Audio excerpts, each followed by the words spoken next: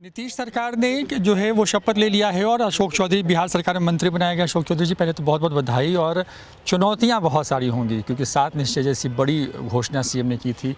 किस तरीके से अब आगे बढ़ेंगे? कैबिनेट भी आज पहली नहीं, निश्चित रूप से बड़ी चुनौती है और जिस तरह का मैंडेट मिला है इस तरह का मैंडेट हम लोग एक्सपेक्ट नहीं करते थे, क्योंकि नीतीश कुमार ने इस बिहार को 3.3 से 12.8 किया काम कर करके 15 वर्ष में बिहार के पूरे स्वरूप को बदलने का काम किया। तो इस तरह के मैंडेट को हमारा एक्सपेक्टेशन नहीं था। हमारा था कि हमें अच्छा मैंडेट मिलेगा और 150 से हम ऊपर जाएंगे, लेकिन अब क्या कारण रहने का ये भी एक मंथन और चिंतन का विषय है। जात पे वोट हो रहा है, ये भी एक है। काम पर वोट नहीं हो रहा है, ये भी एक चिंता का विषय है। लोग तो नीतीश जी ने तो काम करके प्रयास किया कि जात पात से हम बिहार को बाहर निकालें और काम पर लोग वोट करें, लेकिन फिर भी बहुत साफ जगह कंसोंसी में आप देखिएगा कि कोई इंडिपेंडेंट कैंडिडेट को भी वोट आ जा रहा है जिसका ना कोई विजन है, जिसकी ना कोई commitment, just because he belongs to a particular caste. तो ये एक लोकतंत्र के लिए हम समझते हैं कि खतरा है, क्योंकि फिर आने वाले समय में, क्योंकि हम लोग जैसे लोग जो संगठन पर काम किए हैं, संगठन पर तवज्जो देते हैं, जात पात नहीं करते हैं, हम लोगों की हमारी एक संस्था है जो जात पात से ऊपर उठ के नौजवानों को वोट करने के लिए कहती, और इस बार भी लोगों ने वोट जात पात पर कर दिया। सर, लेकिन क्योंकि आप चुनाव के पहले जो है कार्यकारी अध्यक्ष बनाए गए जदयू पार्टी के, और इस बार परफॉर्मेंस जैसा एक्सपेक्ट था वैसा नहीं आया, तो क्या लगता है नहीं कि माइन्यूट लेवल पे मंथन करने की ज़रूरत होगी? कुछ चीज़ें पूरी तरह से संगठन को रिवैम्प करने की ज़रूरत है और धारदार बनाने की ज़रूरत है। जो कमियां हैं उसको पूरा करने की ज़रूरत है।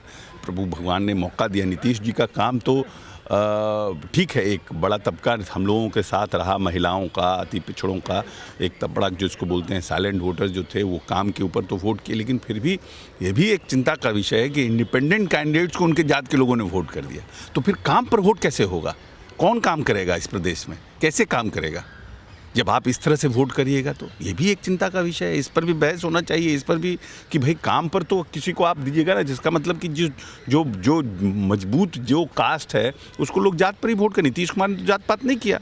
नीतीश कुमार तो ये नहीं देखा कि ये मुसलमान का इलाका है, यहाँ पर काम नहीं होना चाहिए, ये यादवों का इलाका है, इस पर काम नहीं होना चाहिए, ये इनका इलाका है, बुमियारों का इलाका है, इस पर काम नहीं होना चाहिए। नीतीश कुमार ने ये सब करके काम नहीं किया। इन्होंने न्याय के साथ विकास किया और हर एक क्षेत्र का विकास किया, लेकिन वोट उस तरह से नहीं लोगों ने दिया। तो ये तो एक गलत ट्रेंड है ना लोकतंत्र में। लेकिन सर, अभी भी जो विपक्ष है, ठीक है, बहुत कम सीटें आई, लेकिन सरकार आप बना पाए, बहुत कम मार्जिन वाली सरकार एक तरीके से कहें, जहाँ पर रिस्क बहुत हमेशा रहता है।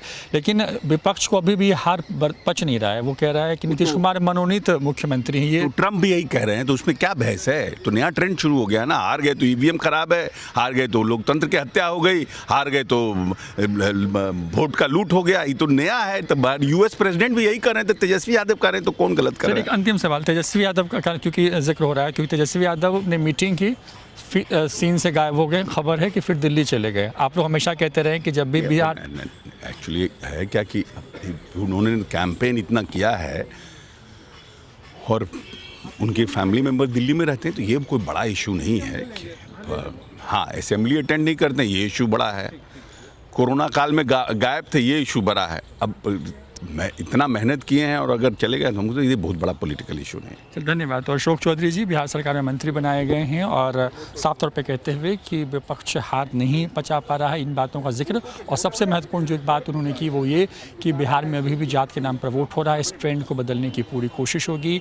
जदयू को पूरी तरीके से रिवाइव किया जाएगा, पार्टी के अंदर भी नई धार दी जाएगी। फिलहाल इतना ही। देखते रहिए न्यूज़4 नेशन। नमस्कार।